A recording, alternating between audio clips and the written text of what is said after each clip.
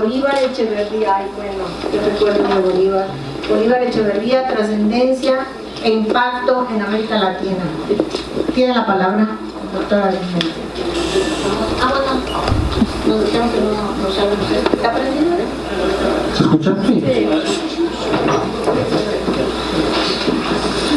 Es todo un honor participar en la presentación de mi querido amigo Enrique Sena, sin duda alguna una de las figuras más importantes del marxismo en América Latina. Crónica de un derrumbe o la historiografía revolucionaria ante la contrarrevolución. Crónica de un derrumbe o la historiografía revolucionaria ante la contrarrevolución. Enrique Sena y la luz de la esperanza de la entrada a nuevos siglos. Así se llaman estas reflexiones que preparé para acompañar la presentación de esta importantísima obra en el pensamiento crítico no solo de América Latina, sino en el pensamiento crítico de Europa y de Asia. No hay libros así. Es muy importante valorar lo que está en juego en esta obra que elaboró Enrique Sena. Un modo imprescindible, me parece, de acercarse a este importante libro, Las revoluciones inconclusas de Europa del Este, las revoluciones inconclusas del Este, es empezar por dejar claro lo que el libro no es. Crónica de un derrumbe no es una historia positivista, como a primera vista podría parecer, dado que el título alude a una crónica. No se trata de la narración que pretende que el sujeto que describe los hechos es ajeno al desciframiento, a la caracterización de los acontecimientos que marchan ante sus ojos. Enrique Sena es completamente consciente de que esta distancia entre el cronista y la historia no existe, y el cronista está involucrado de uno u otro modo con la historia en curso.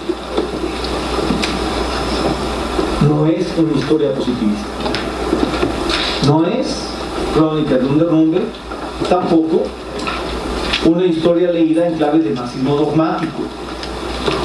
No se trata del viejo discurso de que el desarrollo de las fuerzas productivas determina la aparición de ciertas relaciones de producción que son la cobertura de esas fuerzas productivas un cierto tiempo hasta que el desarrollo de ellas otra vez conduce a un tránsito a otras relaciones de producción. Este evolucionismo económico no está aquí.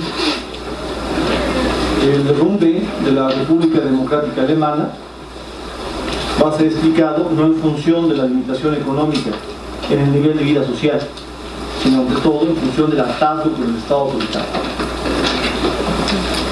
No hay positivismo, no hay marxismo dogmático.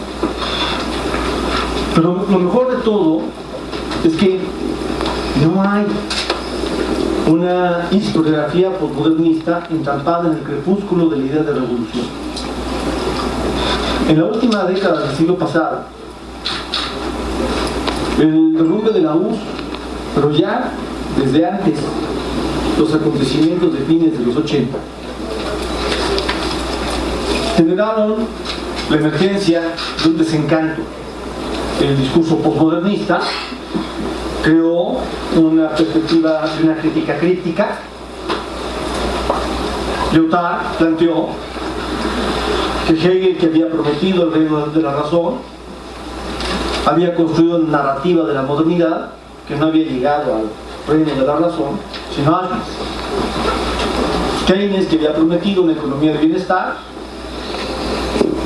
había construido una narrativa de la modernidad que no había llegado al bienestar, sino a la revisión de la crisis. Y Marx, que había prometido el reino de la libertad con la URSS, había construido una narrativa que había llevado al reino del terror, que ahora se venía abajo, y entonces esto conformaba una crítica.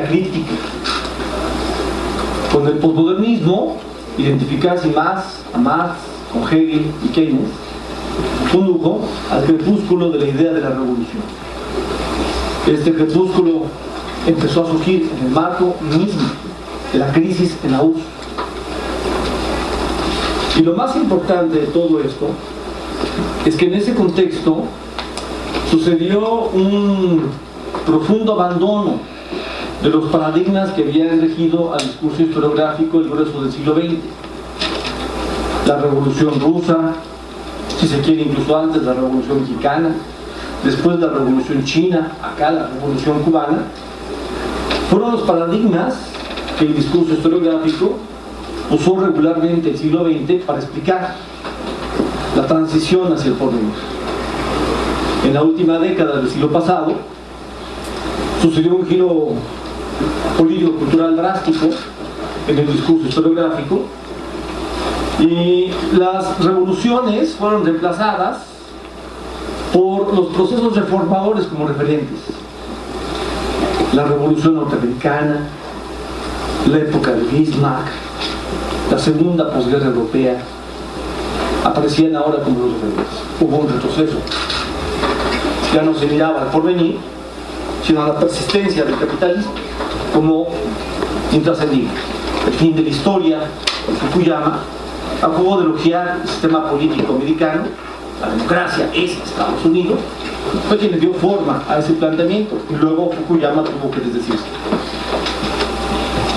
Pero también aquí en los 90 sucedió en el discurso historiográfico, y esto es muy importante percibirlo para identificar los contrastes, una historiografía posmodernista que sirvió de caldo de cultivo para el lanzamiento de una nueva historiografía justificatoria del Holocausto. En los 90, el debate Führer-Nolte fue muy importante. El discípulo historiador por excelencia de Heidegger fue Nolte. Y si algo importa de Nolte es que él dice lo que Heidegger calla. Es decir, Nolte lanza una justificación de Auschwitz, porque dice Auschwitz era una defensa de los Gulag. La URSS estaba desplegando estos campos de concentración, los Gulag, avanzaba hacia Occidente, Alemania estaba en peligro, tenía que defenderse. Los judíos eran una especie de quinta columna, una infiltración en Alemania, y por eso Hitler lo que hizo fue defender su propia nación. Este discurso justificatorio del Holocausto, este discurso justificatorio de la Shoah, fue la antesala de lo que en el siglo XXI hemos tenido como un relanzamiento de la cultura política neonazi. Hace unos años en Alemania, El Capital fue el libro de más venta, pero también al año siguiente, Mi lucha de Hitler. Así de polar está la cultura política. En este escenario histórico de la vuelta de siglo, porque el siglo XXI comenzó en estos 2 años, 1989-1990,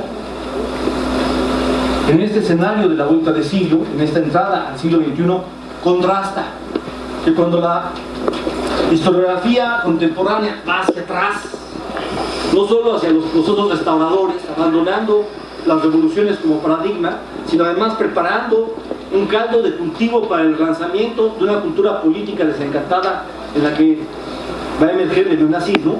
Cuando este es el escenario en Europa, cuando este es el escenario que desde ahí se intenta mundializar, Enrique Semo va contra Pelo. Esto es muy importante reconocerlo.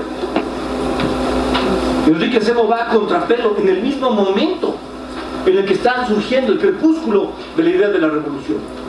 En el momento en que está surgiendo el crepúsculo de la idea de la revolución, Enrique Semo se aferra a la teoría de la revolución.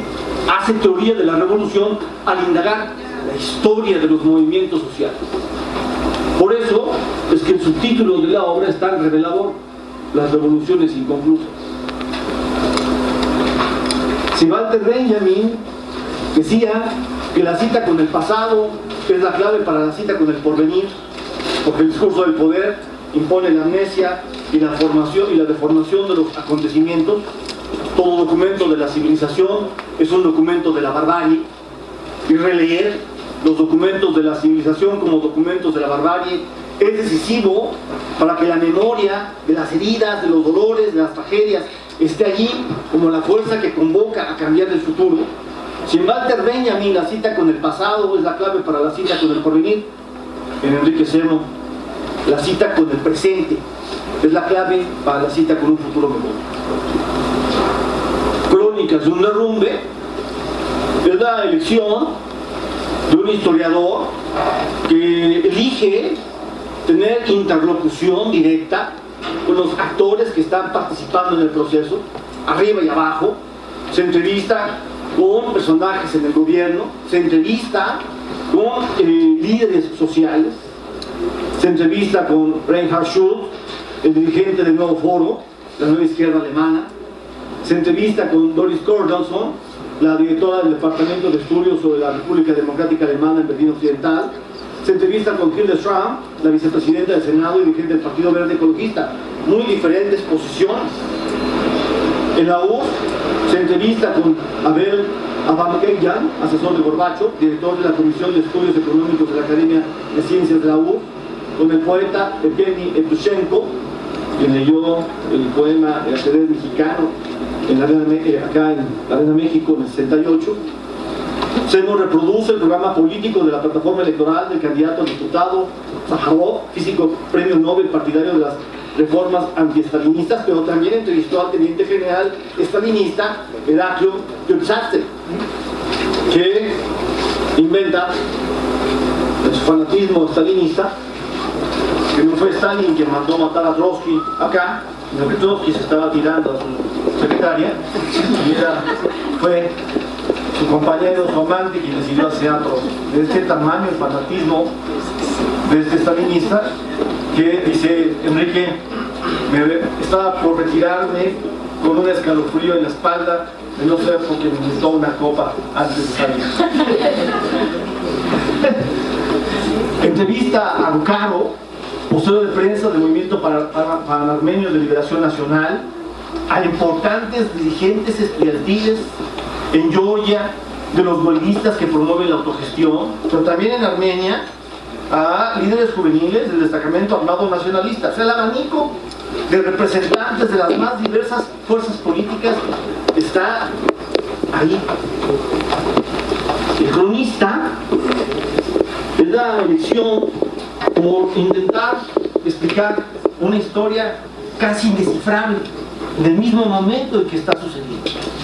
¿Qué propicia este derrumbe de la URSS? ¿Qué propicia con ella el derrumbe del segundo mundo? El cronista histórico resulta ser el viaje de un historiador que busca cumplir una doble función al elegirse el cronista. En primer lugar, descifrar el fundamento y la dinámica del derrumbe de la URSS y de Europa del Este a partir del acercamiento y la interlocución con los actores vivos y directos que personifican el proceso en curso, el proceso de derrumbe del segundo mundo en curso. Pero también, y esto es muy importante percibirlo, en medio de una sesión compleja en la que no se puede jugar a intentar tener la verdad absoluta y entonces el horizonte unicausal, esta es la razón que provocó el derrumbe de la URSS, Enrique Semo intenta indagar un océano multicausal extremadamente complejo, de alta complejidad. ¿Qué provocó el derrumbe de la URSS? Cuando el lector viaja por el universo de la reflexión de Enrique Semo en la obra Crónicas de un derrumbe, en verdad lo que va a tener son reflexiones fugaces pero profundas respecto del carácter multicausal de ese derrumbe. Si se lanza una mirada panorámica a los argumentos que el libro da, sin pretender ser exhaustivo, me parece que hay 7 fuerzas históricas decisivas están siendo identificadas como condiciones determinantes del derrumbe de la URSS y del segundo mundo, en el argumento que formula aquí Enrique Seno. Primero, por supuesto, la competencia tecnológico-militar con Estados Unidos como fuerza de bloqueo al desarrollo económico de la URSS. Está claro que la tecnología de punta está en el ámbito militar, está en el ámbito espacial, y que intentar mantener esta competencia militar con Estados Unidos imposibilita la canalización de más recursos hacia el resto del desarrollo económico en la Unión Soviética. Está claro, aparece fugazmente, pero está ahí. Aparece la complejidad de los movimientos nacionalistas que pugnaron por la secesión. Enrique Seno sabe dar muy bien cuenta del hecho de que la Unión Soviética se configuró como un estado multinacional. Está compuesta de eslavos, rusos, ucranianos y bielorrusos, son 72%, pueblos de Asia Central, 10%, pueblos del Cáucaso, 5%, y de los países bálticos, 2.3%. Es múltiple el abanico de naciones y nacionalidades y grupos étnicos en la Unión Soviética. El Estado mantuvo el control territorial sobre la base de la violencia político-destructiva, sobre la base del autoritarismo. Pero cuando el Estado central es puesto en crisis, esto emerge. Y emerge con una ambivalencia profunda, porque por un lado empuja la autogestión y la democracia directa, por otro lado empuja la secesión. Enrique Seno indaga esta ambivalencia de la emergencia de los nacionalismos dentro de la Unión Soviética. En tercer lugar, sí aparecen las referencias a las intervenciones de Estados Unidos, de Bush, papá, Clinton, del Fondo Monetario Internacional, del Banco Mundial, que Enrique Seno sabe poner énfasis en eso, cumplieron un papel clave en la desestabilización. Colocado en su propio escenario de crisis económica, el capitalismo occidental necesitaba avanzar en generar nuevos canales de acumulación y atacar el segundo mundo le abría condiciones. Pero pone mucho énfasis Enrique Seno en que en medio de todo este caos, sin estrategia, sin perspectiva organizada, la perestroika y el glasnost de Gorbachov generaron una situación inmanejable. Se podría haber creado una situación de otro orden, pero Gorbachov contribuyó sobremanera al caos, que en quinto lugar terminó desbordado por un retorno de la burocracia autoritaria que disolvió el Soviet Supremo y el Congreso de los Diputados del Pueblo con Yeltsin, quien se encargó de la represión de la insurrección de decenas de miles de manifestantes en 1993 con 500 muertos. Además, en sexto lugar, Enrique Seno señala fugaz pero agudamente, aquí sucedió aplicación de la doctrina de shock para dominio de la multitud, jugando un papel clave el economista Jerry Schacht, que tanto daño hizo, por ejemplo, en la doctrina del shock en América Latina. La instalación del capitalismo en su versión occidental en la URSS tiene un conjunto multicausal de factores. Al leer las entrevistas, al leer la crónica, al leer las reflexiones, al lector está dando en calzador, de manera muy pedagógica, una reflexión de fondo sobre el carácter multicausal altamente complejo del derrumbe de la Unión Soviética. Pero lo más importante de todo, me parece, es el énfasis que Enrique Seno sabe poner en ese momento, pero más ahora, a un cuarto de siglo de haber escrito el libro. Más ahora, Enrique Seno sabe poner énfasis en que lo que estaba en el fondo, en juego, en la crisis de la Unión Soviética, era un proceso que pudo ser una revolución. La indagación de las fuerzas que promovían la autogestión, la democracia directa, es fascinante. Eso la encuentra en Polonia, la encuentra en la República Democrática Alemana, la encuentra en la Unión Soviética. Abajo, la fuerza preponderante, insiste Enrique Zemmour, era esta. O sea, una esperanza. La crisis de la URSS se vivió intentando ir más adelante. Pero lo que sucedió fue una inversión, o para decirlo mejor si quieren, una enajenación. Lo que pudo ser una revolución terminó en una contrarrevolución. Y todos estos actores actuaron juntos entre sí para propiciar esta enajenación. Por supuesto, la respuesta de la burocracia autoritaria, regresando a Yeltsin al poder, pero con otras perspectivas para avanzar hacia el capitalismo en su forma occidental. Por supuesto, la doctrina del shock, que sembró a la multitud. Esta tendencia autoritaria es indagada por Enrique Zemmour, sabiendo ver en Günther Anders, el autor del Tambor de Ojalata, al final de su vida reveló haber sido parte de las SS en su juventud, aunque siempre fue visto como un gran autor antinazi. La culpa le caló y al final se confesó.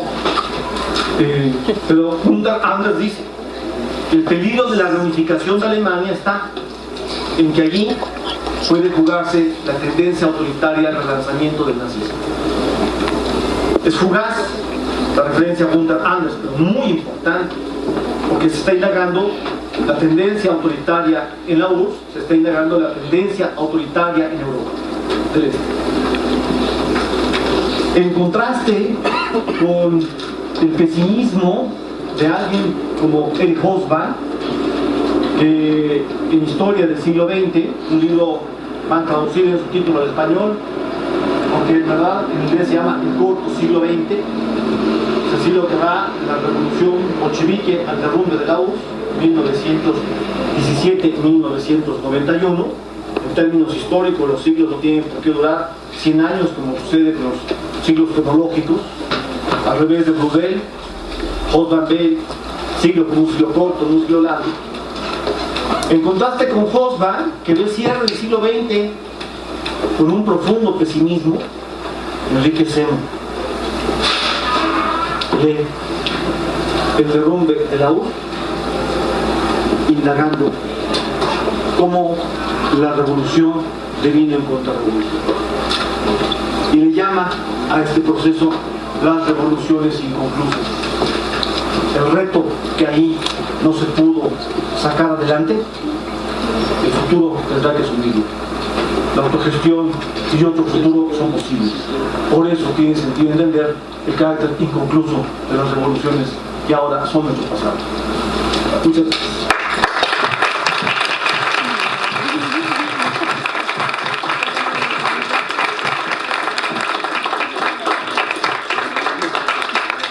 Muchas gracias, doctor. Premio Nacional de Historia, que no lo había yo señalado y creo que es muy importante, además de ser nuestro profesor emérito, es Premio Nacional de Historia. Es un verdadero honor tenerlo aquí y ahora tendrá la palabra para que nos complete probablemente más de reflexiones sobre el tema. Muchas gracias.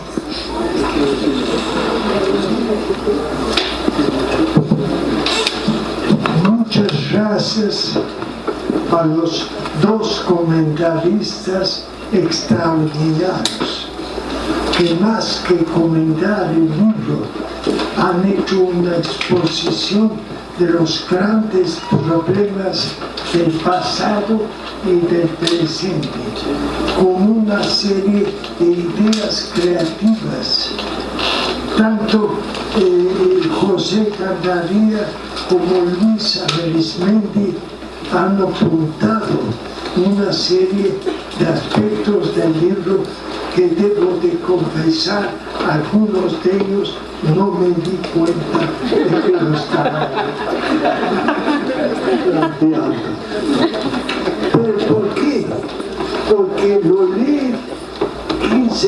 años después de escrito, y ahora la lectura naturalmente del mismo libro es completamente diferente con la experiencia de lo que sucedió. Miren, queridos compañeros, alumnos y estudiantes y maestros, la principal tesis de mi libro es que en los años 1989, 1991, en esos 2 años, con muchos antecedentes, no como si cayera un rayo del cielo. Ambos años tienen muchos antecedentes en la historia de los países socialistas. En esos 2 años, los pueblos de los países que pude visitar a fondo, de Alemania Democrática, de la URSS y de Polonia, de esos 3 países. Ahora sé que fueron más, pero esos 3 países se estaba produciendo una revolución popular contra el modo de producción soviética, contra el sistema soviético, que no era ni capitalista ni socialista, era el modo de producción soviético.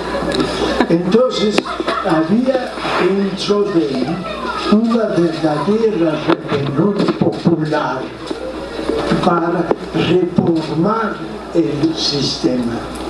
Ni en la Unión Soviética, ni en Alemania noté que algunas de esas personas que estaban en rebelión propusieran volver al capitalismo. No lo había. Y hice mis entrevistas a todo el espectro social, desde más abajo. Por ejemplo, llegaba yo a una cantina rusa con 2 botellas de vodka y un montón de sacos de entremeses. Me sentaba con mi traductor, que era un genio, y hablaba un español como cubano, porque había aprendido su español en Cuba, pero era buenísimo. Y plantábamos las botellas y llamábamos a la gente. Se juntaba un montón de gente alrededor de nosotros, parados, sentados, y con un hambre de hablar. Y todos hablaban de cómo hay que reformar ese sistema. Y nadie hablaba de imponer el capitalismo de su lugar. Querían reformar el socialismo. Ahora, las reformas que proponían eran lo más inesperado y sobre todo diverso que ustedes se pueden imaginar. Cuando Lenin regresó en abril de 1917 a Rusia, que ya había pasado por la revolución de febrero, encontró 2 poderes. Uno de la Duma del gobierno liberal y otro poder era de los soviets, de los consejos, miles de consejos, de obreros, de soldados, de campesinos, de intelectuales, que formaron organizaciones en sus lugares de vida y trabajo. Bueno, esos miles de soviets, ningún soviet tenía la misma idea que el otro de cómo reformar a Rusia.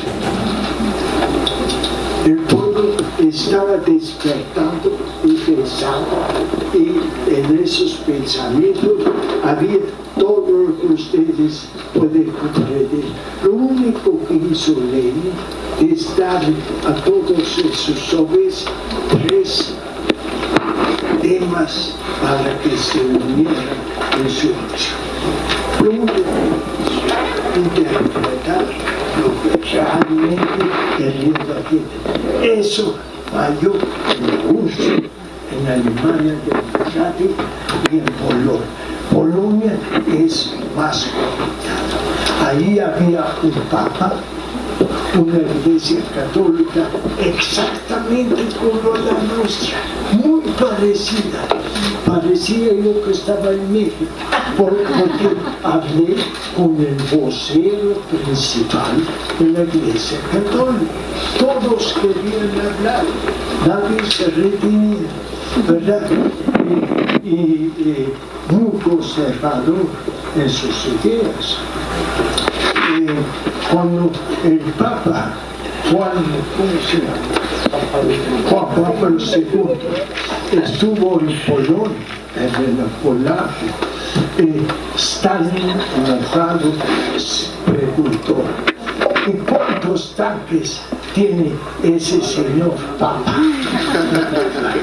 Y ese señor Papa demostró que tenía algo que no se mide en número de misiones militares, pero que no es menos efectivo, ¿verdad? Y yo digo, esos pueblos que quisieran un cambio para llevar al socialismo a una nueva etapa de su desarrollo, fueron timados, fueron reorientados por el Occidente. Y al decir Occidente, digo FMI, la propaganda teórica de los gringos, todas las cosas económicas que volvieron, transformaron esa voluntad popular en una contrarrevolución, precisamente como se ha dicho. Pero antes de hablar de ese tema, que es la caída del mundo soviético, y para mí todos esos países, incluyendo la China de los primeros 30 años, pertenece a lo que fue el modo de producción soviética. No es ni capitalismo ni socialismo. Pero, amigos míos, que no han oído de esas cosas y que no vivieron los años 70 y 80, ese mundo era 2/5 partes de la humanidad. Había 2 mundos, un mundo capitalista y otro mundo del modo de producción soviética, con todas sus modalidades, ¿verdad? Y había esa división.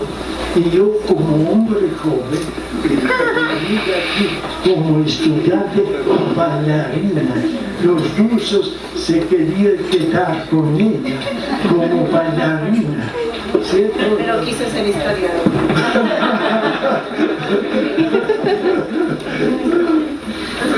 Entonces, como hombre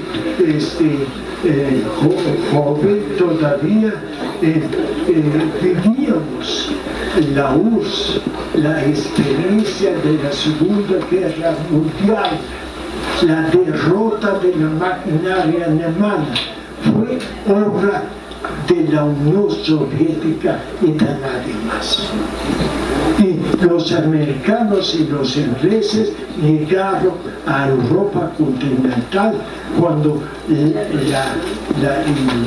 la ola rusa, la ola soviética era ya imparable. y se hubiera expandido por Europa Occidental como se había expandido por la Oriental, siendo los americanos no llegan y no arrojan las bombas atómicas. Las bombas atómicas fueron arrojadas no contra Japón, que hubiera sido bastante llamar a su primer ministro para que viera un ensayo de la bomba atómica en Estados Unidos. La bomba atómica fue arrojada para decir a la Unión Soviética: stop, tú tendrás a la Europa, yo tengo la bomba atómica. Así de reunido. Antes de hablar de eso, quisiera comenzar con una reflexión sobre el uso político de la historia. Hoy día, la historia que se escribe sobre lo que fue la Unión Soviética y su mundo es una historia de lo imposible. Incluso autores aquí mexicanos se preguntan: ¿fue necesaria la Revolución Rusa? Como si fuera un suceso sin importancia que pudo no haber sucedido, pero era el resultado del mundo de inicios del siglo XX en todos sentidos. Se preguntan esos ideólogos del neoliberalismo que también escribió mi amigo Arismendi, y responde: fue un aborto histórico y por lo tanto nada tiene que ver con lo posible de hoy ni de mañana. Dice la Revolución Rusa como la guerra campesina del siglo XVI en Alemania. Es lo mismo, ya pasó, y no tiene sentido ninguno para nosotros en el presente. O bien, dice, la Unión Soviética fue una historia de terror, una película de esa que ahora se acostumbra, con mucha sangre, con muchos asesinados sin remedio.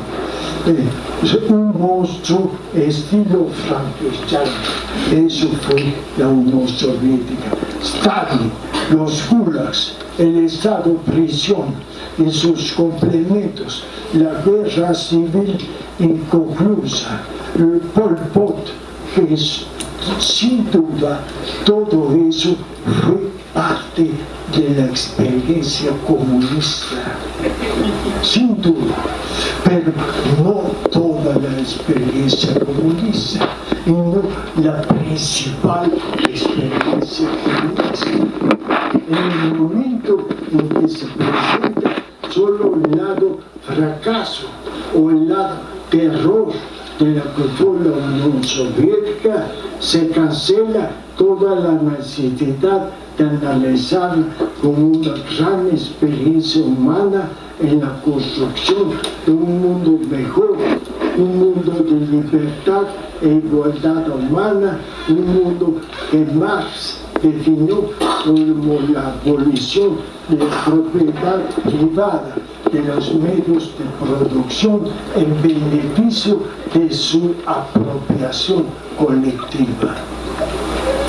La elaboración democrática de la planificación, es decir, el surgimiento de formas de democracias aplicables a todos los ámbitos de la vida social, no solo de democracia parlamentaria, la democracia de género en el hogar, la escuela, la salud, los servicios públicos, las parejas. Ese tipo de democracia fue la Unión Soviética un capítulo fracasado, si ustedes quieren, y si no quieren también.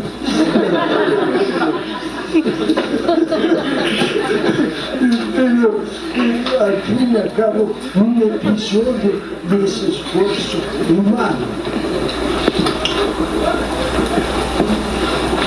¿Qué relación tienen los 70 años de existencia de la URSS con la lucha por esos ideales? ¿Qué nos enseña la experiencia llamada URSS sobre la construcción práctica de un mundo diferente al actual? Con sus éxitos, sus fracasos, sus luces y sus sombras, la enorme influencia que tuvo la URSS en la conciencia de los de abajo durante casi un siglo. Como decía un poeta francés, cuando un trabajador francés pierde su trabajo y se enfrenta con su patrón que lo trata como basura, siempre podía pensar en el Ejército Rojo y en los centros de Magnitogorsk, en donde los obreros rusos estaban produciendo más fierro y acero de los Estados Unidos. Así era el pasado. Es necesario, amigos, luchar por la verdad histórica. La historia es un campo de lucha en que gana no el que grita más, porque no se trata a las falsificaciones que dije de ignorar la Revolución Rusa o de pintar solo sus desgracias, gritando más fuerte sobre sus logros. No se trata de la verdad histórica en su grandeza, la verdad de la totalidad. Es en esa totalidad en la cual nosotros encontramos armas para el futuro. El pasado está muerto, el futuro tampoco existe, solo existe el presente. Pero el presente depende mucho de cómo veamos nuestro pasado. Eso se lo dirá cualquier psicólogo que les haga una ayudadita. No vea su pasado como puros fracasos. Y lo importante es que no podemos vivir el presente sin imaginar el futuro. Eso es. El futuro no existe, pero es la esencia de nuestra imaginación. Es la esencia que nos empuja a hacer cosas. Y en ese sentido, el futuro, la construcción del futuro, depende de esa lucha por la historia, la verdad. No voy a decir mucho más, porque aquí mis amigos fueron verdaderamente muy buenos. Los tres fueron espléndidos. Lo importante es las ideas que sembraron para la discusión. Eso es lo grande de lo que dije. Y les ruego en ese sentido que inmediatamente lo recojan y planteen sus desacuerdos, sus acuerdos y naturalmente sus ignorancias, porque la mayoría de ustedes no viven en eso. Es pura historia. Quiero, antes de terminar, responder a mi amiga Maricuela, ¿por qué escribiste ese libro? Para mí, la actitud hacia la Unión Soviética tenía que ver mucho con el socialismo. Unos estaban de acuerdo con lo que se hacía, otros estaban de desacuerdo, otros más eran críticos y a la vez considerábamos que su existencia era fundamental. No importa de qué lado estábamos, cuando eso se cayó para los que no somos rusos, en fin, no vivíamos en un mundo socialista, creó una ruptura en la utopía. Y el futuro es siempre utopía, es siempre algo que nos proponemos y no estamos seguros de que se produzca o no. Se produjo un rompimiento en la utopía y había que comenzar la vida de nuevo. Por eso dejé todo y me fui a esos países para poder escribir no solo lo que yo pensaba, porque conocía bien a esos países desde antes y sus idiomas y todo desde antes. No lo que yo pensaba, sino qué pensaba la gente que vivía ahí, de todos los niveles, desde el más alto hasta el más bajo. Muchas gracias. Espero haber contestado. Gracias.